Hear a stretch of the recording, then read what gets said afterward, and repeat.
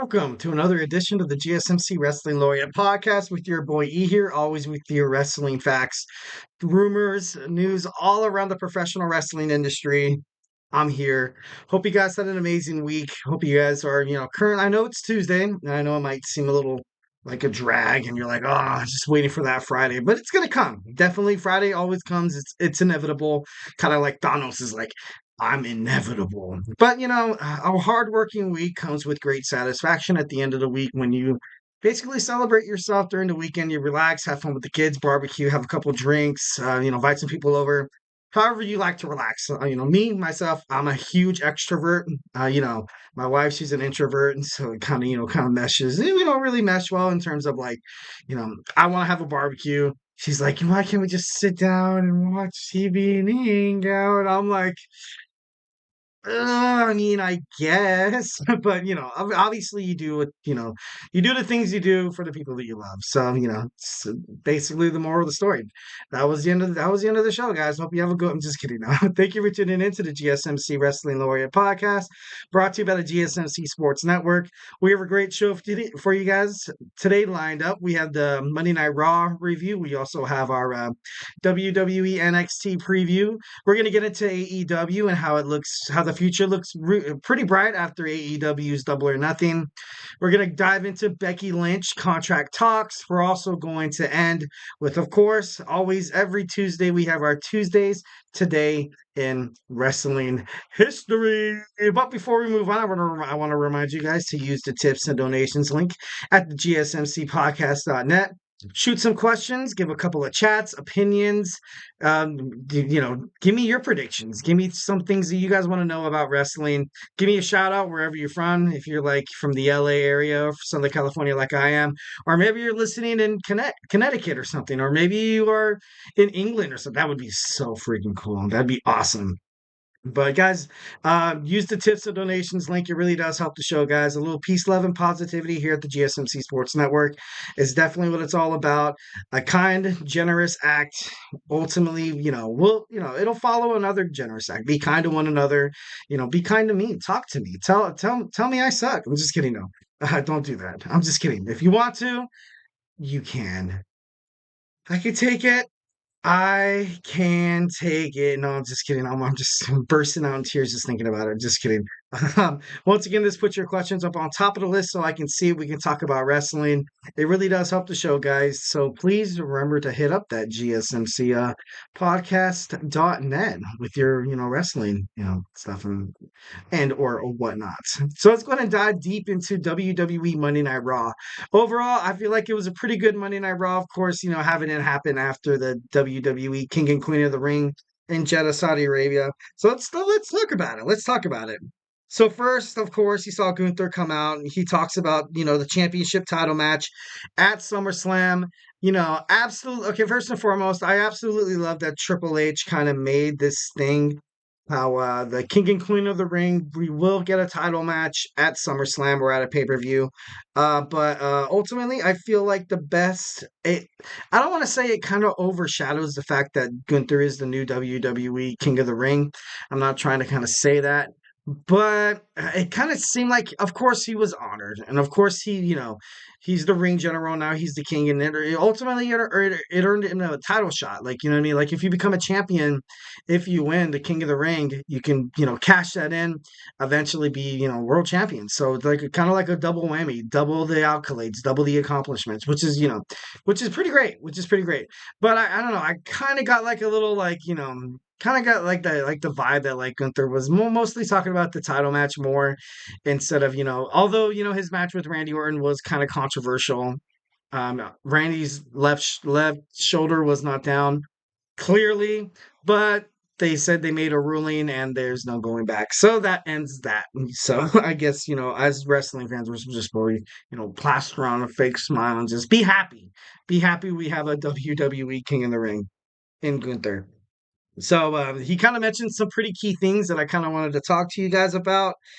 He said that the Intercontinental Championship lacked prestige, and it did. It did. I think as soon as the best Intercontinental champions, definitely hands down, was probably Pat Patterson, Ric Flair. And nowadays, you kind of have The Miz. The Miz was obviously kind of had Shawn Michaels and Razor Ramon in the past, but The Miz kind of made a prestige. And after The Miz dropped the title, Seth Rollins did his best to kind of surface it. The fighting champion, he would defend his championship night in, night out, week in, week out. And, that was cool and all. But I don't know. I don't know if it was Gunther's historic Intercontinental Championship reign of 666 days that kind of sealed it. Most likely it is. But he's not wrong when it comes to that. When he brought that up, it's not like he was wrong. Next, the King of the Ring tournament lacked prestige, he said. I don't really necessarily. Well, I think for the longest time, since there was really no huge stipulations toward the King of the Ring, it was kind of just like a crown. We saw Xavier Woods win it. Wade Barrett won it. You had a whole bunch of, and then in the past, like you kind of had Stone Cold Steve Austin, you had Triple H, you had Owen Hart, and these guys, they made it prestigious. You had Bret Hart who went back to back. Definitely the King of the Ring needed an uplift, and I love that Gunther kind of brought that up, kind of like, WWE tried sweeping out under the rug and be like, okay, hey, like people won't notice that we didn't really give a crap about the King of the Ring. We honestly did not until now. Until now, we're trying to bring it back. Now it's going to become definitely a yearly thing. It was showing, it was showing habits that it was, every 2 years, basically, whenever WWE wanted to bring it in, you know, into the entertainment cycle. But I think it's here to stay. I think the King of the Ring and the Queen of the Ring are here to stay, and it's kind of cool that you had someone like Nia Jackson, Gunther, kind of represent the tournament with just high praise, high prestige. So good for them. And then of course he had to bring up the World Heavyweight Championship lacking prestige. It did and it didn't. I think Seth Rollins held the championship pretty well. Obviously, once when Roman Reigns was unbeatable and nobody could, kind of win the undisputed championship that Roman had. He had both belts. So then they kind of incorporated the World Heavyweight Championship back into the mix, and Seth Rollins won it. Seth Rollins is a good champion. He's a great competitor. He's just one of the best professional wrestlers I've seen in my time, at least. Like I said, I've seen in my time. And I love how Seth kind of made that world championship obviously it wasn't going to be that prestige, noticeably speaking, because of how Roman's title reign was just so enormous. It was just so like overshadowing that when people looked at the World Heavyweight Championship, it was created because Roman Reigns couldn't be beaten. Even Triple H said himself that, because Roman Reigns, had, 1,000 some days, holding the title, we're going to introduce another title. And then, lo and behold, you have the World Heavyweight Championship making its return again to WWE. And then you had Drew McIntyre win it. And then you had Damian Priest. And then now you kind of have Gunther is going to challenge. I don't know if it's going to be Damian Priest heading towards SummerSlam. Clash at the Castle, you have Drew McIntyre. I think, and honestly, it's kind of predictable, and I hope something else different like kind of happens. But it seems like CM Punk's going to find a way to kind of screw over Drew McIntyre. They're going to have a Drew McIntyre CM Punk fight. So yeah, at SummerSlam, that I think it would be great. It'd be great to finally see these two guys who have been biting at the bits of trying to fight each other, ridden with injuries, burdened, unfortunate events. And I don't know. It would be pretty awesome to kind of see those two kind of go at it. Of course, you would have the World Heavyweight Championship kind of, out of the way. But with Gunther, fighting Damian Priest, that kind of destroys my future, my vision of, kind of like a Judgment Day Civil War, like with Finn Balor would eventually fight Damian Priest. Maybe they could make that for another pay-per-view coming up, but I don't know. I just think the Judgment Day turmoil, and you saw it tonight as well. You saw it tonight on Monday Night Raw. It just seemed like it's about to explode. I don't know how far and how long WWE can keep prolonging this because it's to the point where even fans notice they're like, okay, when is this going to happen? When is this going to absolutely blow up? When are these guys going to, beat the hell out of each other? So, it's going to be interesting to kind of see what WWE has, in terms of that. All right, next you saw JD McDonough against Braun Strowman. Once again, you kind of see the Judgment Day paying dividends and they interfere. Strowman wins, but is ultimately attacked by, the Judgment Day. And JD McDonough ran off, like a little, I can't say the word because it's, PG. But one of those, I kind of thought this match was like one of those like throwaway matches. They're like, okay, Braun Strowman's back, so we need another like not like a squash match because JD McDonough is far from a superstar that could technically be squashed. But I think that they kind of needed a distraction, kind of needed a way for just something to kind of unfortunate things to happen for Becky Lynch to lose the championship. Obviously, later on in the in the broadcast, you saw that happen, but we're gonna dive into that, when it comes to that. So then you saw Ricochet against Ilya Dragunov, and this match was, Dragunov didn't want to take the match first and foremost. He was like, "I break people. I don't fight broken people." And Ricochet, he got cleared. He was cleared by Adam Pearce, and they started the match. They fought. It was actually a pretty good match heading into, the unfortunate side effect of Braun Breaker. Once again, I do not like this promo. I do not like the way WWE has used them thus far. And you kind of see him with Adam Pearce. There was a point where I thought he was going to attack Adam Pearce, and I was like, God, if he attacks Adam Pearce, that would be, I think that would be detrimental to Braun Breaker's kind of upbringing, kind of like his future heading toward WWE, because just because it had success that Stone Cold Steve Austin and Vince McMahon during their feud doesn't necessarily mean that it's going to be right for the company or the promotion. Like kind of like what happened with the Elite and Tony Khan. A lot of people were talking about even Tony Khan had like a neck brace after the attack from Okada, Jack Perry, and the Young Bucks. And you even saw it on the WWE, no, on the NFL draft. You kind of see him playing kayfabe, and he had the neck brace, and that's cool and all. But I don't know. I just think that WWE is done with that. I feel like they're done with that, and obviously put Adam Pearce, Nick Aldis in charge. Guys that you're like you would never want to see wrestle in a match, but who knows the way they kind of But they definitely need to work on Braun Breaker. The storyline, basically his character development on the main roster it's been trash. It's been terrible, absolutely terrible. Next we saw the Creed brothers against AOP, Authors of Pain. This match was well fought, despite the fact that the AOP were kind of like the big dogs. They weren't really the underdogs of Creed Brothers, although they are pretty huge. They were kind of the underdogs in this moment. They kind of had a leg up on the AOP, but thanks to Scarlett, AOP was able to pick up the victory and get the win. Next, we see Sheamus and Ludwig Kaiser ignite a new rivalry. Definitely think that they're going to fight pretty soon. And if I got a chat from Little Fettuccine 68. Jordan Grace versus Roxanne Perez would be absolutely amazing. I am not watching NXT right now. I have not looked at social media, but that would be amazing. That would be so cool. Jordan Grace is such an amazing talent, one of the most dominant women's wrestlers right now. She has a historic, prestigious title reign. And against Roxanne, Roxanne Perez would have her hands full like that.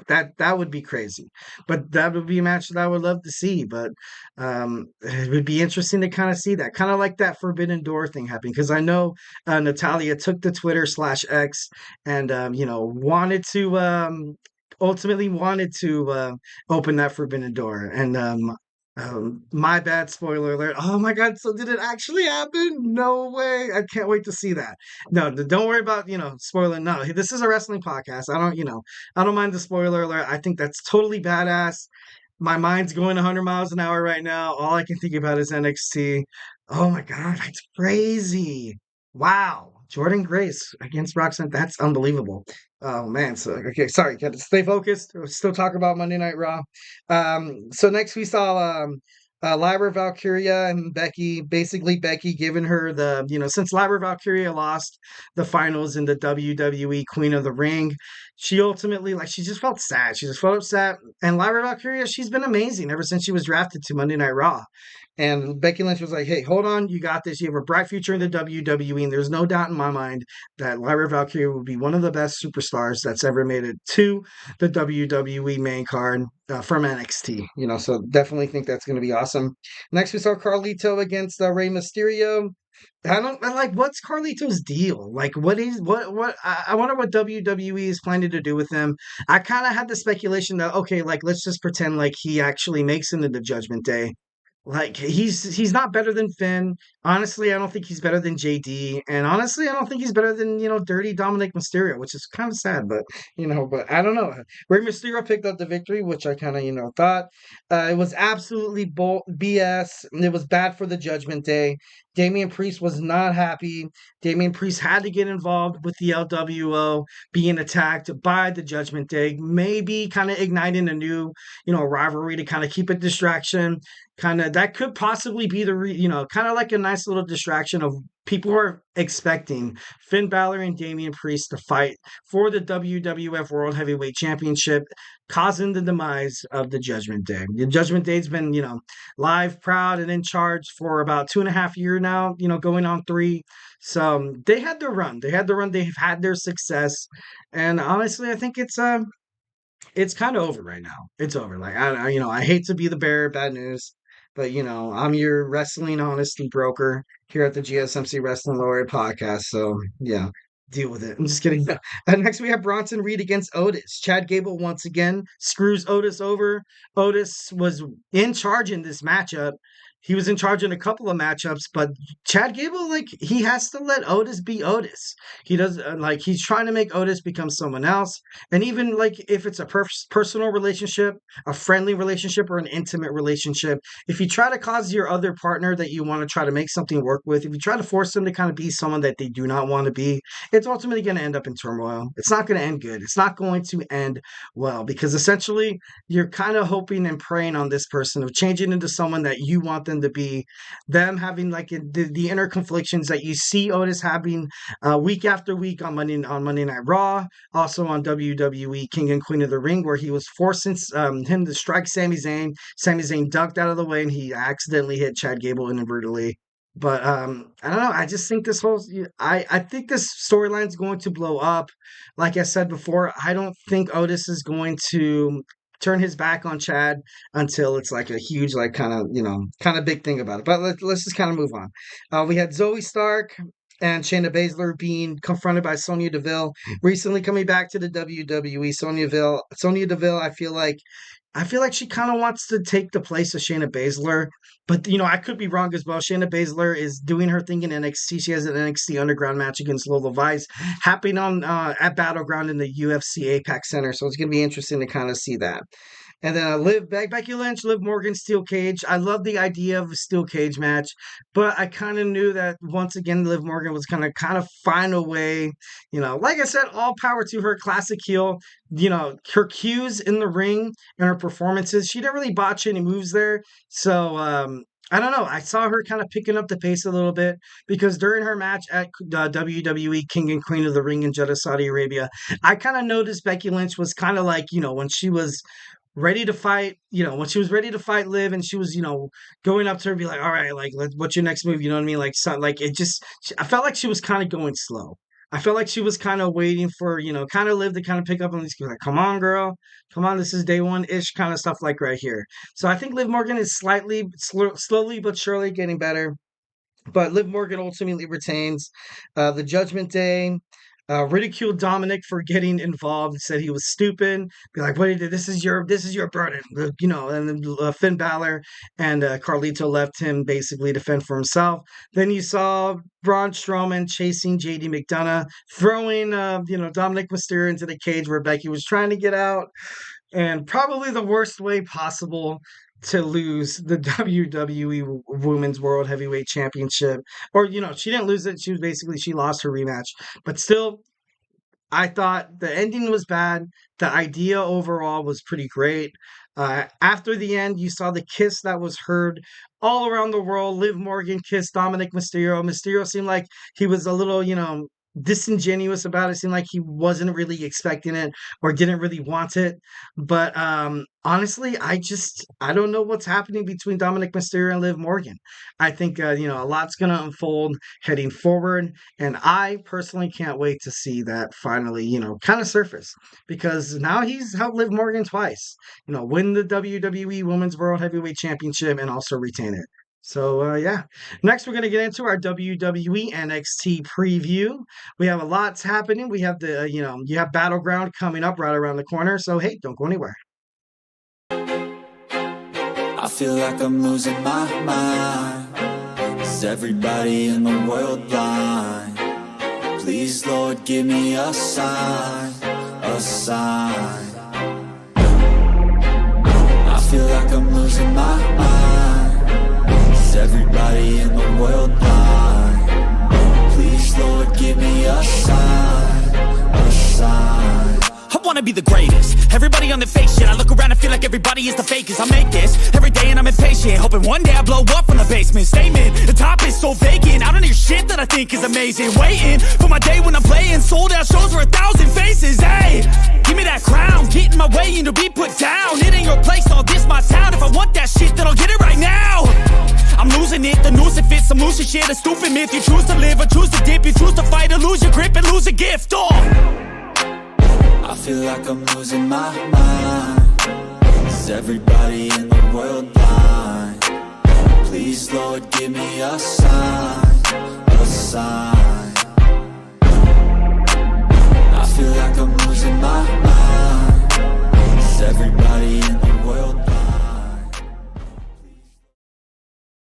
All right. Welcome back to the GSMC Wrestling Laureate Podcast, brought to you by the GSMC Sports Network. Just to kind of reflect on segment one, we talked about our WWE Monday Night Raw review. We also got a couple of bombshell, spoiler alerts for tonight's WWE NXT. Can't wait to watch it. It's going to be dope.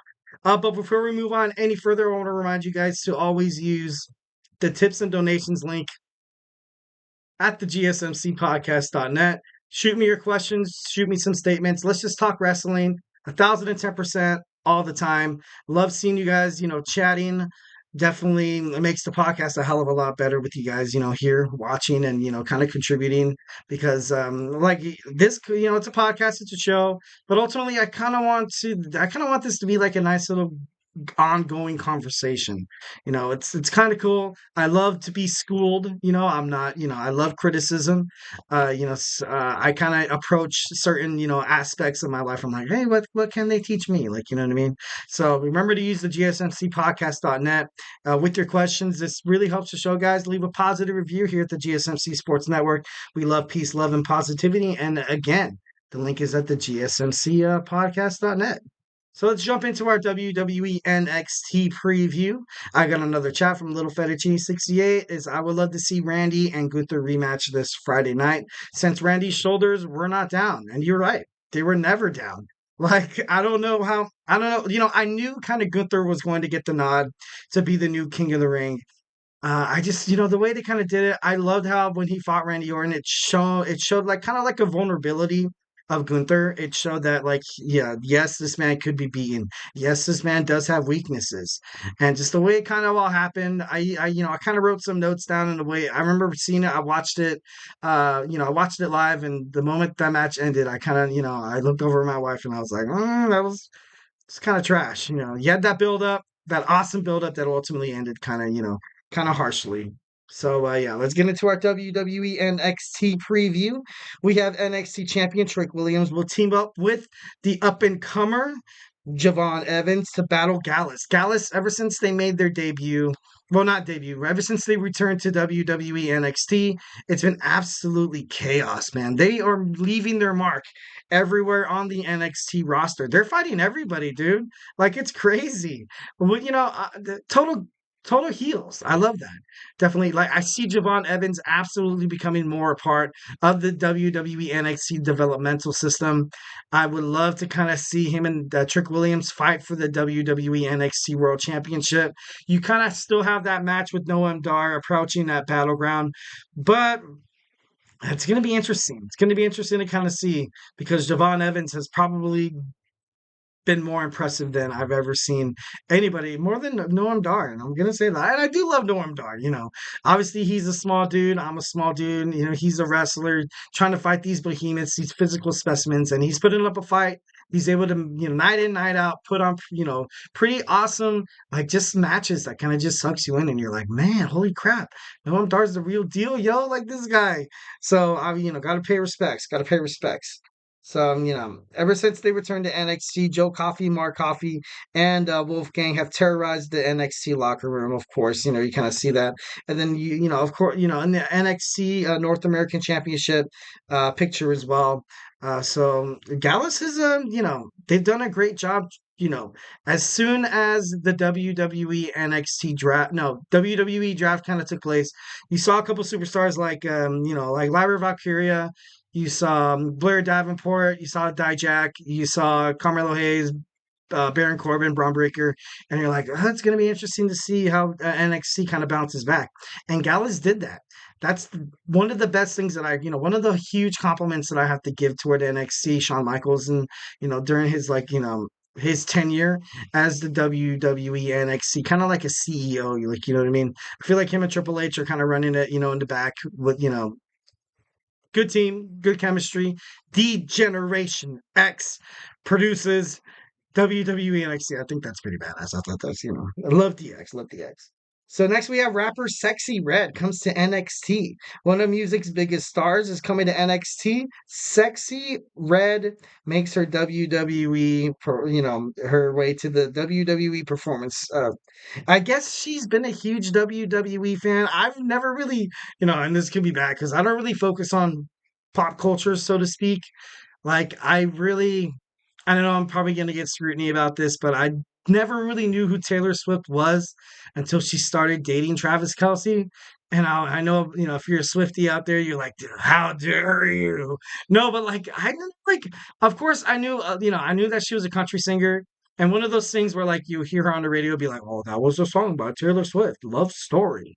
And like, and then as soon as like it hits you in the face, you're watching football and she's dating Travis Kelce, and all of a sudden you're like, whoa, like maybe she is actually a bigger star than I thought she was. I kind of put her in that category of like Doja Cat and like, of like Ariana Grande. And I'm like, like, oh yeah, they sing, but they're not, like who really cares? Who gives a damn about Taylor Swift? You know what I mean? But as soon as she, started dating Travis Kelce, and obviously, like I said before, I will definitely get a lot of lashback about this because there was like, all the Swifties out there be like, how could you not know who Taylor Swift is? Because it's not my cup of tea.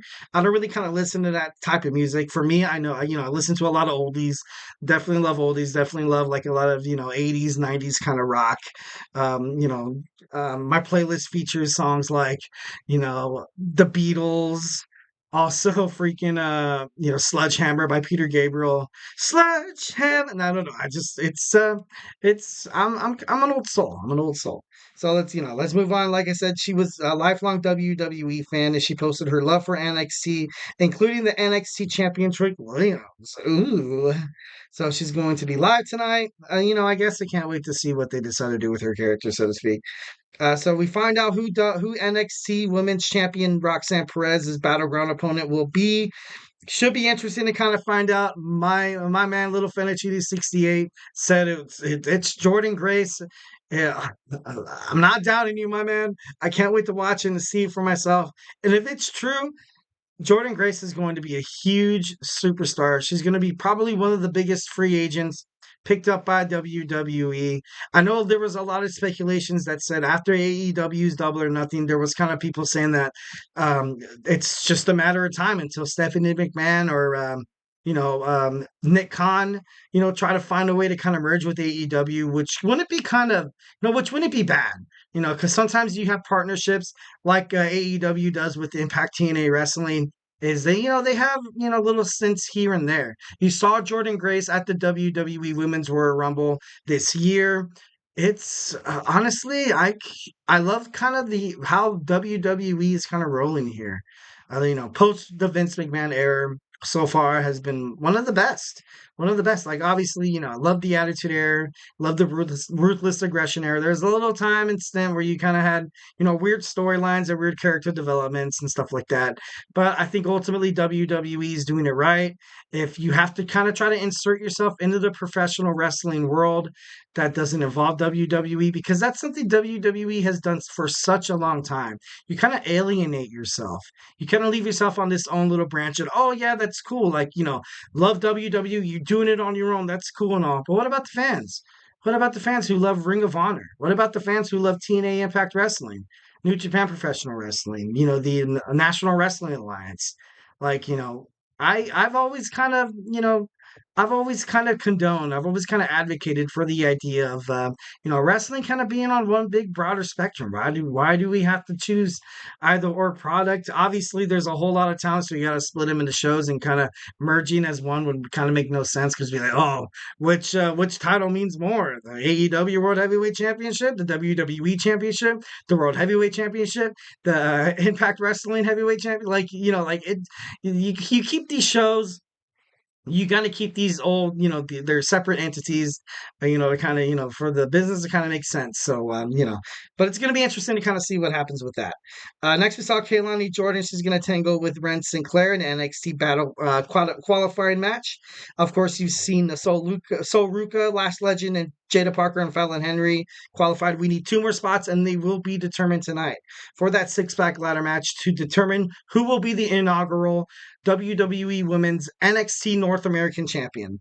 And then you saw Mi Chen. She's returning to NXT to fight Tatum Paxley in a Battleground qualifying match. And finally, we have Rich Holland and Riley Osborne finally duking it out. Rich Holland, for the longest time, wants someone to trust him, wants to show that, he's been placed in, such kind of, different circumstances. Like, he's been, if there was a Murphy's Law for WWE, Rich Holland would probably be the spokesperson of that. But that's just me. That's just, my, what I'm thinking here. It's going to be a fight. It's going to be kind of crazy. I think ultimately Rich Holland will pick up the victory, but it's going to be interesting to kind of see them kind of moving forward for Chase U, with Thea Hale. And I don't know. It's going to be interesting to see how, today, pans out. So, WWE NXT is live right now at the WWE Performance Center in Orlando, I believe. Next, we have AEW's future looking pretty bright. AEW's Double or Nothing was absolutely stellar. Definitely one of the best pay-per-views I've ever seen in terms of wrestling, not just AEW, but wrestling. So we're going to dig into why AEW and, maybe exactly what do they have to continue doing to, kind of stay accomplished and kind of keep this momentum moving in the right direction. So, hey, don't go anywhere. Looking for your daily fix of sports talk without having to pay for it? GSMC Sports Network is available on YouTube. Just search GSMC Sports Network. Get your fix of daily sports talk shows on YouTube, absolutely free. NFL, college football, NBA, MLB, MMA, UFC, fantasy football, and so much more. GSMC Sports Network has shows running all day long, with new sports shows starting every 2 hours. Just like on your favorite cable sports channel, except GSMC Sports Network is absolutely free. Just search GSMC Sports Network on YouTube to catch one of your new favorite shows, like the GSMC College Football Podcast, Chip Shot Football Podcast, Hoops and Heels Women's Sports Podcast, GSMC Basketball Podcast, and so many more. Check it out for yourself. GSMC Sports Network, now available on YouTube absolutely free. Search GSMC Sports Network on YouTube right now.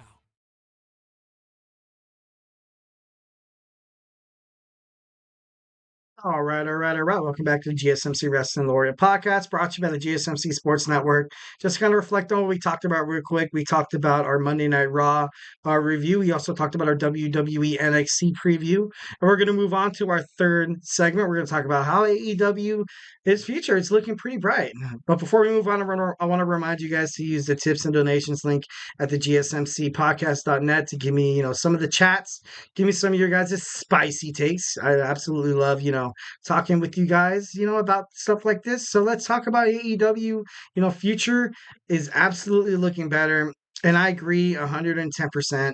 But yeah, let's go ahead and dig right on into it. So, like I said before, AEW's future is definitely better than ever. I can't wait to kind of see this, story kind of develop. I can't wait to see what Tony Khan continues to do with AEW. So let's just kind of, so AEW's Double or Nothing that happened May 26th on Sunday was it was a banger. It was absolutely awesome. It was even, there was actually speculation that in terms of ratings for a little bit there, and I don't think in totality, this didn't really kind of come to surface that Double or Nothing did better than King and Queen of the Ring in terms of ratings. And if it's true or if it's not true, I think this is pretty big for AEW. Just the fact that you're kind of being compared to a WWE event that was taking place in Jeddah, Saudi Arabia. At this point, cool. So do you got to take the W's when they come and, take the L's when they're L's. But I think this is great. I think this is great for AEW. 1,010%. If the ratings were, favored your way, I watched both pay-per-views. I really honestly did. Love WWE. I am primarily a WWE fan, but I liked AEW Double or Nothing way better than WWE King and Queen of the Ring. There, I said it. No, but I liked it better than Backlash. I did in France. I honestly did. I liked it better than a other bunch of WWE pay-per-views that I've, seen so far. And I'm not trying to dog on WWE or trying to throw shade or anything like that. But, obviously WrestleMania is always great. But I think for the longest time, WWE didn't really realize they had competition until, recently with AEW. I watched Dynasty and it was great. I watched, it was pretty good. I watched Double or Nothing from the beginning to the end, ordered it on pay-per-view. Money well spent, by the way. It was amazing. And WWE, I feel like they kind of got used to, not having a show to kind of compete against. So they would kind of put on not mediocre, premium live events. I'm not trying to say that, so to speak, but I would feel like they didn't really have the urgency to kind of put on matches. And because you would always see maybe 6 matches tops on match cards. Why? Why does that happen? Why, sometimes you don't see the Intercontinental Championships fought. Sometimes you don't see both tag team titles being fought. Why not? Why the hell are you trying to hold this from the WWE universe or professional wrestling fans all over the world? I don't understand that. So far, in every single AEW pay-per-view, you've had every single title being contested. Absolutely 110%. That's what wrestling fans really want to see. They don't want to, see we don't get to see the Kabuki Warriors fight for the WWE tag team titles, but we'll cut a good promo. We'll cut a good promo. That's good enough. That'll, we'll just give the fans a taste. Yeah, we'll just here, there. We'll throw out charity. You get a taste. You get it, and that's BS. That's stupid. I don't know why WWE would do that with AEW. Absolutely, chomping at the bits, and they're going to be amazing. It's looking pretty bright. The ratings for Double or Nothing are better or in the same boat as WWE King and Queen of the Ring, which doesn't really surprise me. I think AEW does have a lot of talented wrestlers. You kind of, obviously the main card in terms of WWE is a little higher, and that's still kind of pushing it. That's pushing it 110%. But the mid card for AEW, oh my God, people fighting for the TNT Championship are they're great superstars. Absolutely. WWE doesn't really. I love the Intercontinental Championship division, and the Intercontinental Championship division in WWE is kind of for mid carders, top carders kind of, dabbling in here and there with the mid carders, but it's mostly a mid card, kind of title. And comparing the superstars from the mid cards from AEW and WWE, it's no match. It's no match at all. AEW definitely topples over WWE in terms of that because these wrestlers are so good. And it's not because they're just so good because, they were bought by Tony Khan. Yes, they were offered a pretty handsomely contract, you know what I mean? But you pay for talent. You pay for people who can cut a promo. You pay for people who can, dictate a match, because a match is essentially an art form. An art form. It's a film. It's an entertainment. Wrestling is part of the entertainment industry. So the AEW does they do such an amazing job. WWE, obviously they're good, but like I said, and the point that I kind of mentioned before is maybe WWE kind of got used to the aspect, kind of got used to the, they kind of, sat in their seat and they got a little comfortable. They're like, okay, we don't have to put on amazing, pay-per-views and stuff like that. Like that's cool and all, but because who the hell is going to track us down? AEW is currently stealing ratings. I feel like they've done really, really well. Did they steal your boy E from the GSMC Wrestling Laureate Podcast? Am I a full AEW fan? I am 1,010%, especially after AEW Double or Nothing. And, I'm going to start watching Collision now. I'm going to start watching Rampage. I'm going to, I watch Dynamite. Love Dynamite. Always loved it. But it's going to be so great. It's going to be so great.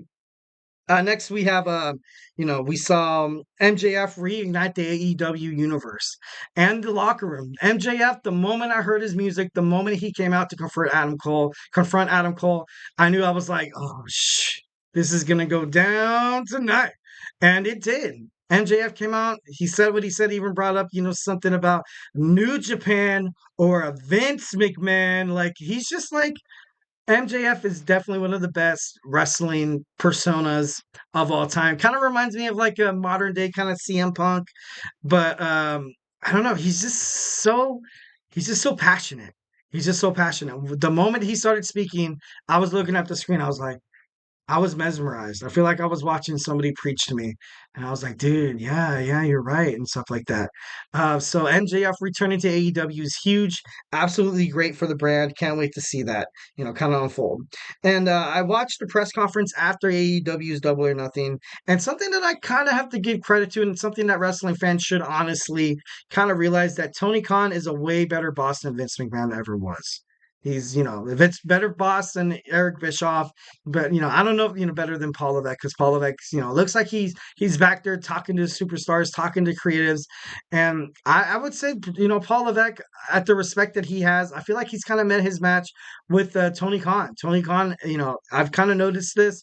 I've watched it within the superstars. They actually like their boss. He goes, and that's part of the problem why everything kind of went down between Jack Perry and CM Punk. Why they lost CM Punk was because Tony Khan was, he's kind of afraid of confrontation. He kind of wants everybody to kind of focus on the main goal, which is to put on a good wrestling match for the fans. Like, obviously you do it for the ratings. Obviously you do it for the merchandise and the ticket sales, but overall you wrestle for the fans. And Tony Khan knows this. And you saw him in all the press conferences with everybody, which I think WWE should definitely, adopt. Nice little press conference, kind of have all the winners and the champions like talking their mess and stuff like that. Creating promos for the next night. WWE could do it on Sundays for Monday Night Raw, but you just have people, they admire Tony Khan. They respect him. The superstars really generally know that they are under this tutelage, under this, King Tony Khan, and they know that they're going toward a bright space. He wouldn't ask his superstars really to do anything that's kind of beyond them. So got to respect Tony Khan in that matter. And next, we have Tony Khan merging Ring of Honor and New Japan Professional Wrestling, which is absolutely great for all three brands. A lot of people think about, okay, so you're going to start stealing superstars and stuff like that? No, definitely not. Like, Cody Rhodes and the Young Bucks were, stolen from Ring of Honor, but Tony Khan ultimately vowed to when he absorbed Ring of Honor and New Japan Professional Wrestling, is to kind of revive it.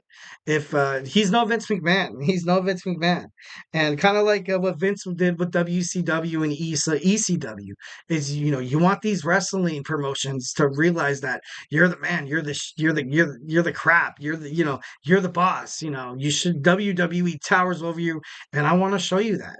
And that's something that Tony Khan's not all about. Like, obviously he did take Cody Rhodes and Young Bucks, but he didn't just let that he didn't let the TV program or the wrestling promotion kind of go, under, kind of be hiatus.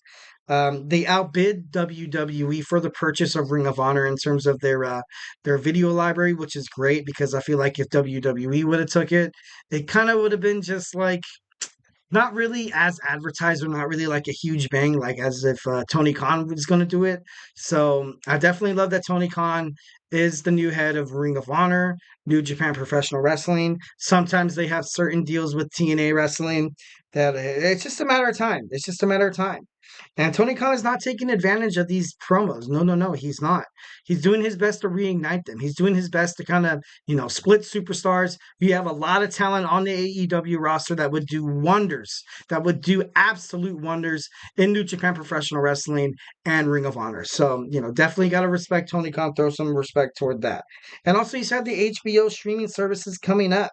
And now they have the video library of Ring of Honor. They had a video library of New Japan Professional Wrestling, and they're going to have the video library of AEW. So, happening on Max, you have the streaming services. Now you have the TV programs. AEW is definitely looking hot. They're definitely looking toward the future, and it's amazing. And they are a global wrestling conglomerate. They're the all-star wrestling company. You have 3 companies. TNA is probably the next to follow. I don't know how much they would dig into the National Wrestling Alliance, but I think honestly, if you can get them at a good cheap price, it would be awesome to kind of keep these. You have the All Star of wrestling happening under the man, the myth, the legend, the new up and comer that has nothing but respect for the fans, the wrestling superstars, and ultimately the promotions that he's representing is Tony Khan. So a lot of good things happening for Tony Khan. Definitely love that. Proud of him. I'm just infatuated with where AEW is going to kind of wind up within the next couple of years. All right, so we have Becky Lynch's expiring contract we're going to talk about. We're going to dive in deep. We're going to find out what exactly Becky Lynch wants to do. There was a lot of speculations about her maybe possibly going to AEW, and we'll all address it as soon as we come back. So, hey, don't go anywhere.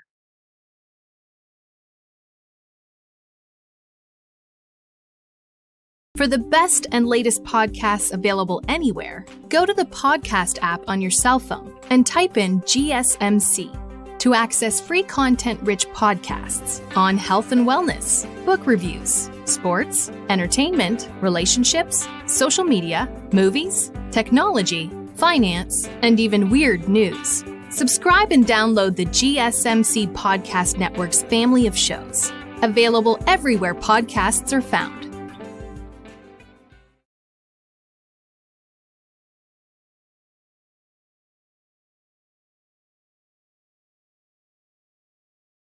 All right. We are back with the GSMC Wrestling Laureate Podcast, brought to you by the GSMC Sports Network.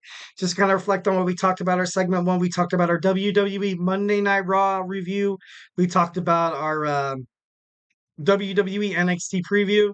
We talked about AEW, accumulating Ring of Honor, New Japan Professional Wrestling, and their streaming services and HBO Max's and Warner Brothers Discovery is right around the corner. Can't wait to kind of see how far their success could possibly go. But we are currently, like we always are on this show, we are running out of time. So let's pay our respects and let's talk about some Becky Lynch contract drama. Let's do it. Okay, so moving on. So Becky Lynch on Monday Night Raw lost her rematch to Liv Morgan. Kind of knew this was going to happen. So there is no more title shots for Becky Lynch. This was her rematch clause ultimately, but I don't know. I don't think that WWE really appreciates Becky Lynch like a lot of people from outside perspectives probably think about. Like, you got to think about where Becky Lynch, she came from, she was a mid-carder. She was a SmackDown Women's Champion. I think I remember seeing her beat Alexa Bliss in a tables match. She threw her through the table, and it's, she won her first championship. And a lot, that I did not expect Becky Lynch to blow up this much, and that just shows how hardworking she is, how determined she is, how she's willing to do whatever it takes to kind of be the best, and she puts people over. She went down to WWE NXT and helped some of the superstars down there kind of be prestigious. Look at Lyra Valkyria. Lyra Valkyria is amazing, obviously because of Lyra Valkyria, but with the, you can't help but like a little push from, her fellow Scottish wrestler, like you have the two girls absolutely kicking ass and taking names.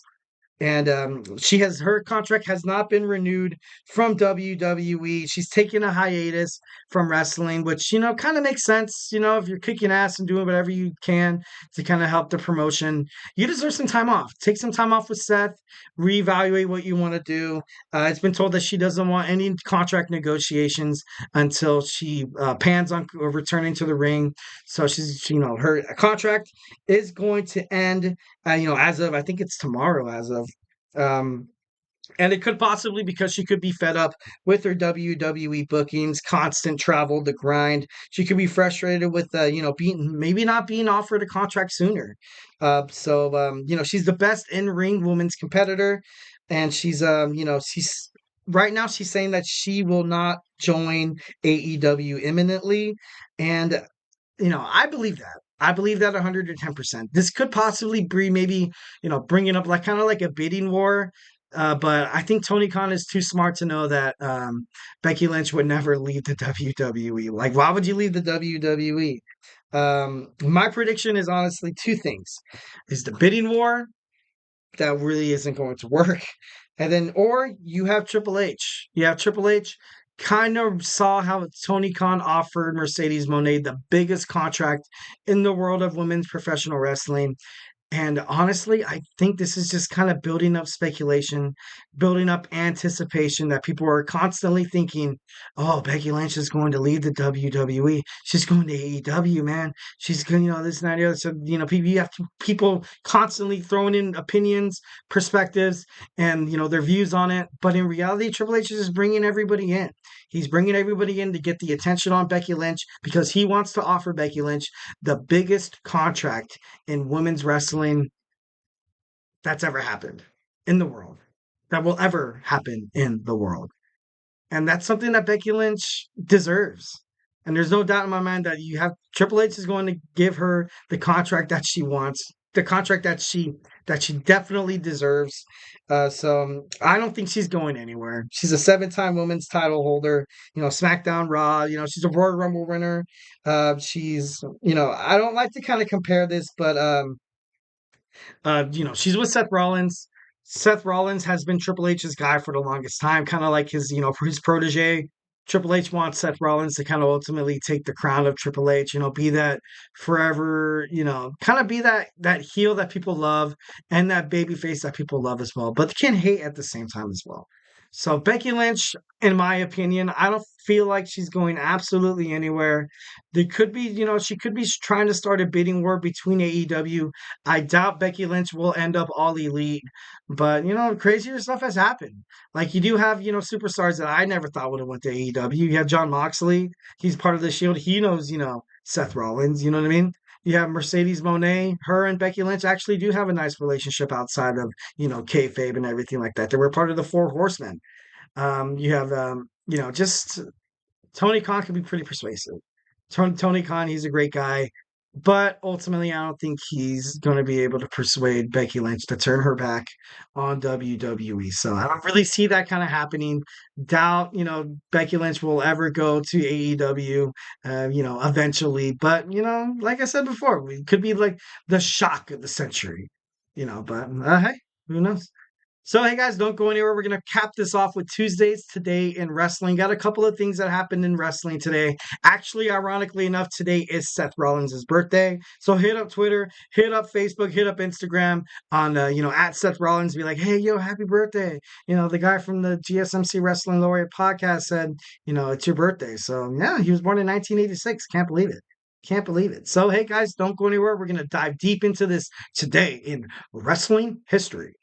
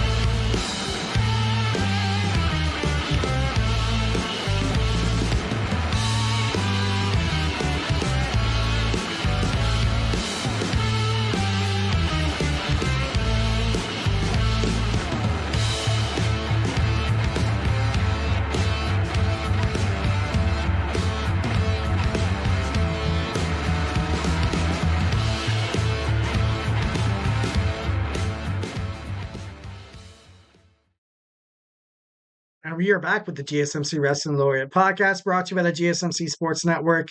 Just to kind of reflect on what we talked about real quick, we talked about our Monday Night Raw review. We talked about our WWE NXT preview. We talked about how AEW's future is looking definitely bright for Tony Khan. And we talked about, Becky Lynch's next move. Her contract, her contract expires soon, as of, I believe, tomorrow. So it should be interesting to kind of see how WWE decides to kind of, fill in those rumors and those predictions that people said that she might be going all elite. Could possibly happen. Highly doubt it. But let's move on to our fifth and final segment. We have our Tuesdays, Today in Wrestling History. So, guys, today in wrestling history, we have in 1966 in Minneapolis, Minnesota, the Crusher and Dick became the new AWA, which is the American Wrestling Alliance, tag team champions, defeating Larry Hennig and Harley Race. I know for a fact that Harley Race was one of the best superstars in AWA. So, for the Bruisers to kind of go out and, do what they did best. And these guys just look massive. These guys look like they can kick ass. Kind of gives me like a Bob Backlund kind of feel. So definitely, proud of in 1966, these guys were able to establish their first World Tag Team Championship reign. So, absolutely love that. Next in 1996, WWF had In Your House 8. You had, matches featured. You had Mark Miro defeating Triple H. You had Shawn Michaels retain his WWF Championship against the British Bulldog. And you saw Goldust defeat The Undertaker in a casket match for the WWE Intercontinental Championship. Obviously, the man, when The Undertaker was going to roll a beaten down Goldust into the casket, you saw none other than Mankind come out and give him the mandible claw, was able to kind of take him down, ultimately helping Goldust win the Intercontinental Championship. Sucks for The Undertaker, but you gotta love how Mankind, they kind of started that, that feud that would forever be known as, like, you had that Hell in a Cell match at King of the Ring, and it was a doozy. It was a pretty hardcore doozy, especially like after it, like where you thought like Mankind was gonna be like, oh, I don't want to fight the Undertaker anymore. He threw me through a cell. He threw me off the top of the cell. Like, I'm done with him. And like for him to kind of come back and kind of have that ongoing rivalry, that's pretty ballsy. That's pretty ballsy, man. Pretty ballsy. In 2001 on WWF Monday Night Raw. In Calgary, Alberta, Canada, you saw Chris Jericho defeat the Big Show for the Hardcore Championship. Chris Jericho was on his way up to the backstage. He was climbing up the ramp. He was met by Rhino, who hit him with the gore. Rhino was the first ever WCW ECW competitor to win a title in WWF.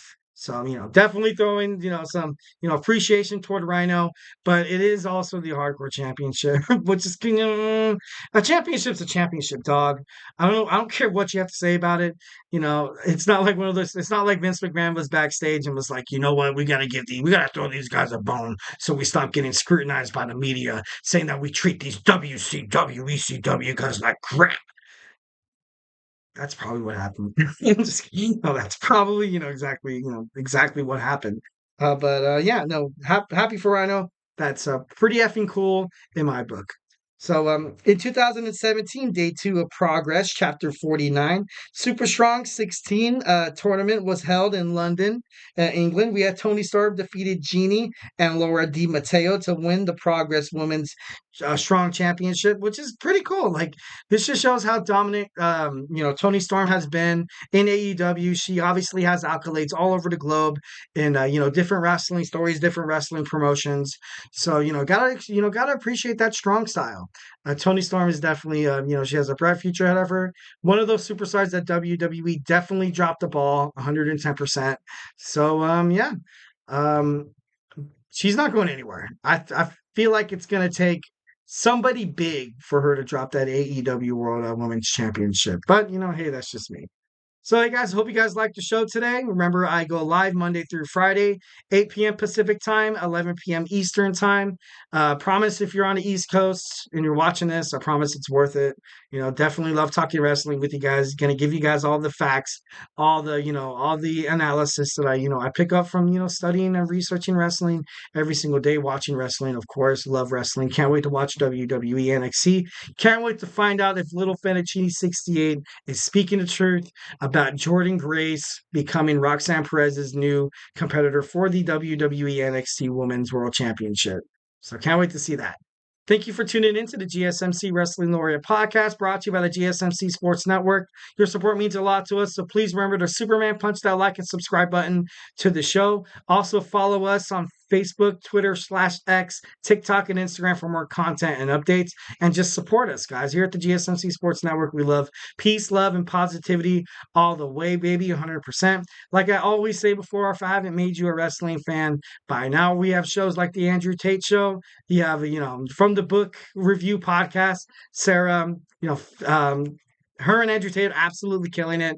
I watched a little bit of their show today, and it was pretty cool. Sticking to sports, all the things surrounding sports, even some stories that it's entertainment. Sports is all about entertainment. You have the NBA, playoffs happening pretty big right now. My boy Nelson is on the call with the GSMC Basketball Podcast. We have Christopher with our Fantasy Sports Podcast. Both of those guys will be joining me Friday night, so do not miss that. It's pretty cool to kind of bring people from different perspectives, different backgrounds, and talk about wrestling.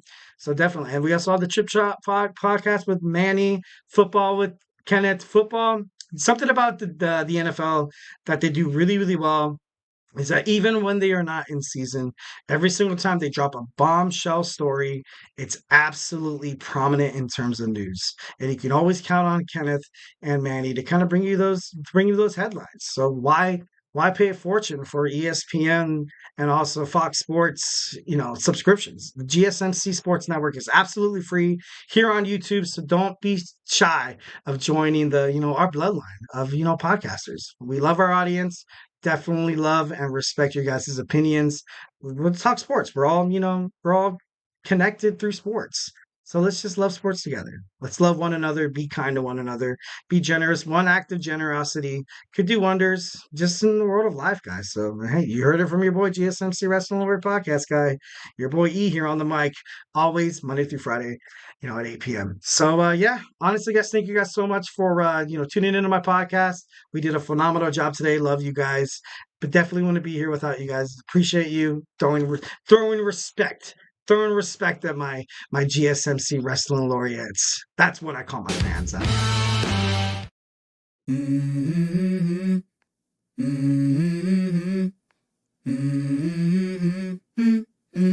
Let's go. I wake up to a little bit of drool on my pillow, feel like it's gonna be a bad day. Yeah, I'm tired of shit, and the coffee ain't hit yet. Damn, ain't that great. I don't wanna go to